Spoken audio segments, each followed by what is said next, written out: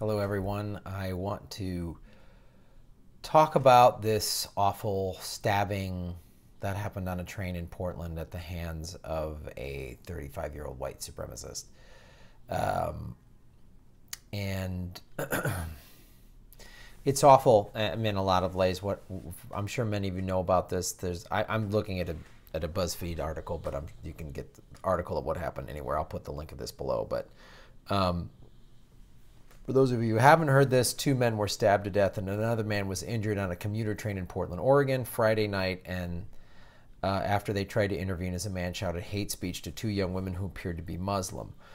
And the 2 men that died were Ricky John Best, who is 53 years old, and Taliesin Midrin Namakai Mech. Forgive me if I'm mispronouncing those names. Who was 23. The victims who were killed in the attack, and there was a third person who was stabbed that survived, Micah David Cole Fletcher, who is 21, who is currently being treated in the hospital. The Jeremy Christian was the 35-year-old white supremacist, had been charged with 2 counts of aggravated murder, 2 counts of secondary intimidation, and being a felon in possession of a restricted weapon. So it's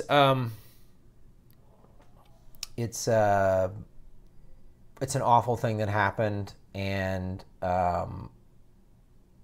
the 23-year-old was a guy that just graduated from Reed College, and the 53-year-old guy was an Army vet. And here today it's Memorial Day in America, and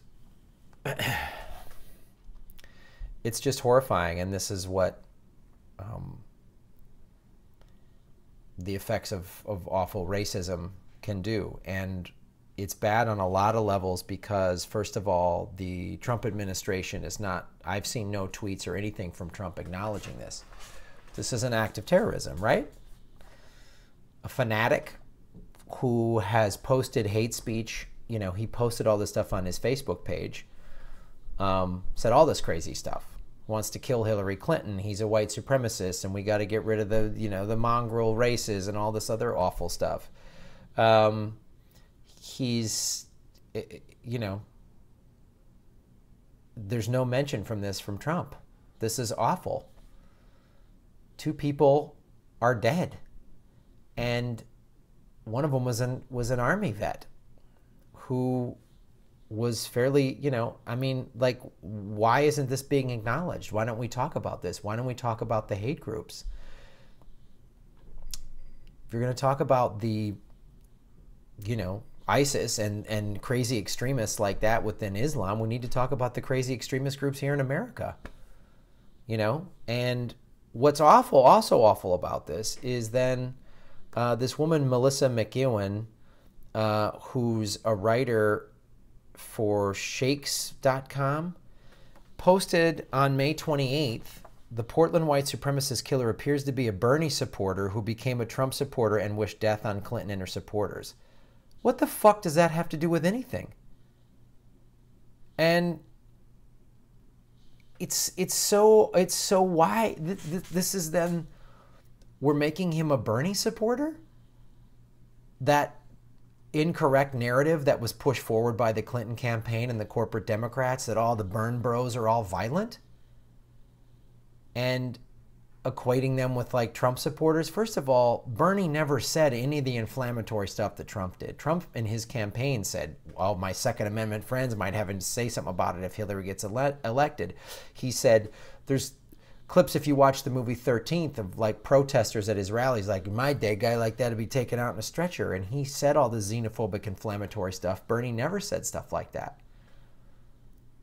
Were there a handful of Bernie supporters that were pissed off after, who were like, I'm going to vote for Trump and I'm going to, you know, we got to burn it all down? Yeah, but they're wrong. And Bernie didn't condone them in any way or shape or form. And for this woman to say this is so offensive.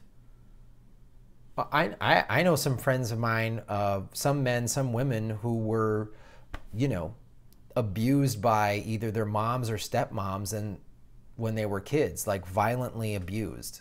And some of those women voted for Hillary. Does that mean now all Hillary supporters are abusive, rageaholic women? Is that fair, Melissa, for me to say that? And on her Twitter feed, she keeps defending it because a bunch of people are like, what are you talking about? This is so offensive. It's offensive to what happened. It's offensive to the people.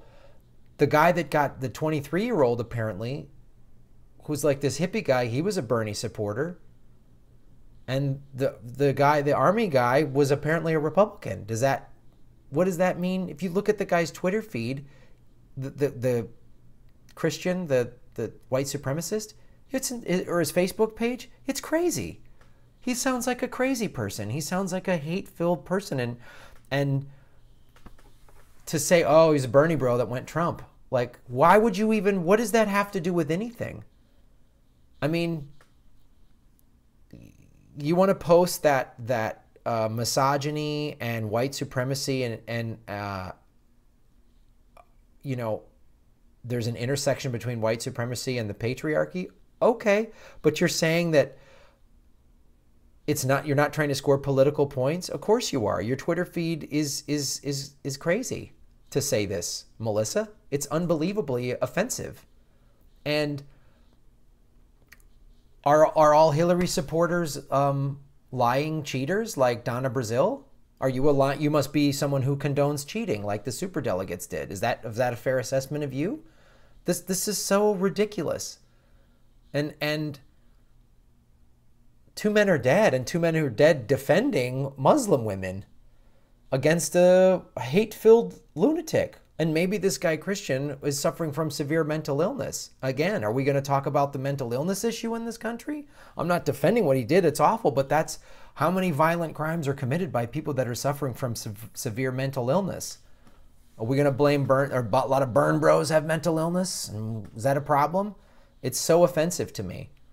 And I can't even, this is the problem with the people that are on that side of that back the Hillary and the corporate Democrats. Hillary was in favor of the war in Iraq. She helped, as Secretary of State, America go from 2 wars to 7. You know how many bombing strikes Hillary okayed? How many civilians she's killed? Is that okay? Does that mean, Melissa, that you're in favor of drone striking civilians because you voted for Hillary? Is that a fair assessment to say? Any Hillary supporter, anyone that said they supported Hillary that commits an awful crime, is that fair then that's most Hillary supporters? Because it was proven that MSNBC lied about Bernie supporters throwing chairs and all this stuff. I've met personally, from doing this show and doing Jimmy Dore's show live, more female Bernie supporters. I have a bunch of them that follow me on my Twitter feed. So I can't believe that you would do this. It's really unbelievable. And your Twitter feed and you're questioning Nina Turner? Yeah, Nina Turner wasn't allowed to speak at the Democratic Convention. Does that mean that the Hillary supporters are racist because you wouldn't let a black progressive woman speak? You see where this falls apart? The whole, anyone that's against Hillary's a misogynist? Oh, okay. So anyone that didn't vote for Sarah Palin, she would have been the first female vice president. Does that mean you hate women? If I didn't vote for Sarah Palin, I wouldn't vote for Michelle Bachmann. Does that mean I hate women? Your Twitter feed is offensive, Melissa McEwen. Very, very offensive. And what happened on that train is awful. And you want to point some fingers at Trump for stirring up that type of xenophobia and hate crimes are on the rise since then? Okay, sure. Absolutely. Absolutely. I'm the first one to do that. But let's look at the whole thing. Let's look at Obama deported a lot of people. He has killed thousands of civilians in the Middle East. Again, when Hillary Clinton was Secretary of State, and then John Kerry, she just in favor of the airstrikes in Syria. Is that on your Twitter feed, Melissa? How could Hillary say bombing Syria is okay? Then you're talking Russia, Nina Turner's a Russian puppet or something like that. Are you really playing that game? I don't know you personally, Melissa. I just know your Twitter feed. That's all I know. But it seems really highly one-sided and inaccurate. I'm a progressive. I want the world to be a better place. I want $15 an hour, something Hillary voted against when she was on the board for Walmart. I want single-payer health care, something Hillary and many other Democrats didn't let happen when Obama was trying to create a new health care program that ended up being Romney Care. I'm for no war. I'd like to see also no violence. I'd like to see no violence against women or anybody. I'd like to see Muslims not get hassled on a train. That'd be nice. But you're now blaming Burn Bros for this? Which was a thing concocted by Tom Perez to make it a gender battle? I've met so many highly intelligent women who are actually older, in their 50s, 60s, and 70s, who are, like, that's the other thing. Oh, the only women that voted for Bernie were millennials, and they just don't get it. The last Jimmy Dore show, there was a 73-year-old woman who was celebrating her birthday, and she came.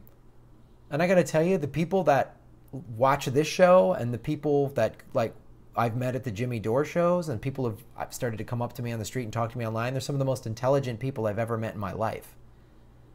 And you're politicizing something incorrectly, and it's offensive. So, ever you guys watching this show, there is a GoFundMe page for the families, since this guy, Ricky John Best, had kids. And I'm scrolling down to the end of the article. There are at least 2 campaigns have been set up for all 3 victims' families with costs related to their deaths and injuries. As of Sunday night, the campaigns have raised more than $500,000. The Bilal Mosque in Beaverton, Oregon, has also set up a fund for the victims' families. See, that's one way you could react to this, Melissa, instead of blaming Bernie Sanders. It's offensive to me. So in this awful, awful thing, there are some people doing some good stuff, and I'll put the GoFundMe campaigns also in the link in the show notes below. Thank you guys so much for supporting independent media, and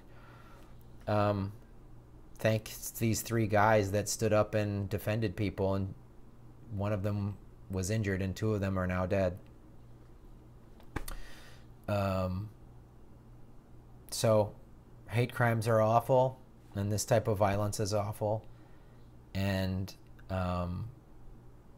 also we got to this shows up everything. This is mental illness in America. This is the race issue. This is when poor and working class people aren't taken care of, then they become subject. When they don't have good educations, then they become subject. They're easy prey for white supremacist groups, for street gangs. That's what happens.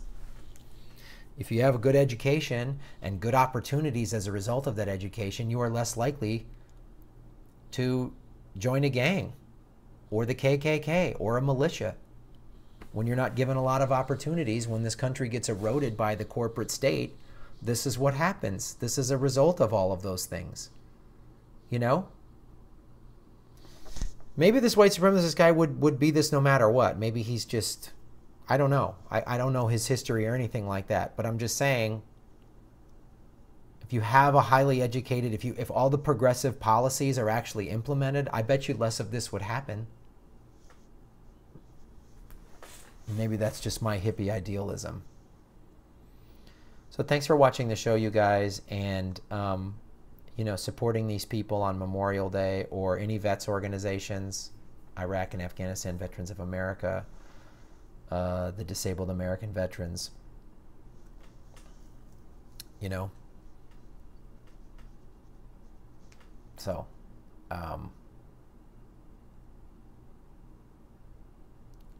like and subscribe to the show and share it, and thanks for watching.